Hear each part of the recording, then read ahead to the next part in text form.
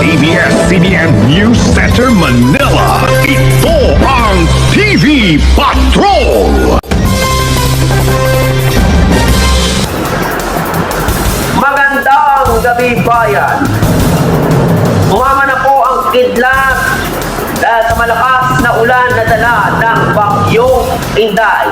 Nagsuspindi na po ng klase ang ilang mga lokal na pamahalaan sa ilang mga probinsya at maging sa Metro Manila. Live na nagpapatrol ang ating kasamang si Kuya Resty Gadya.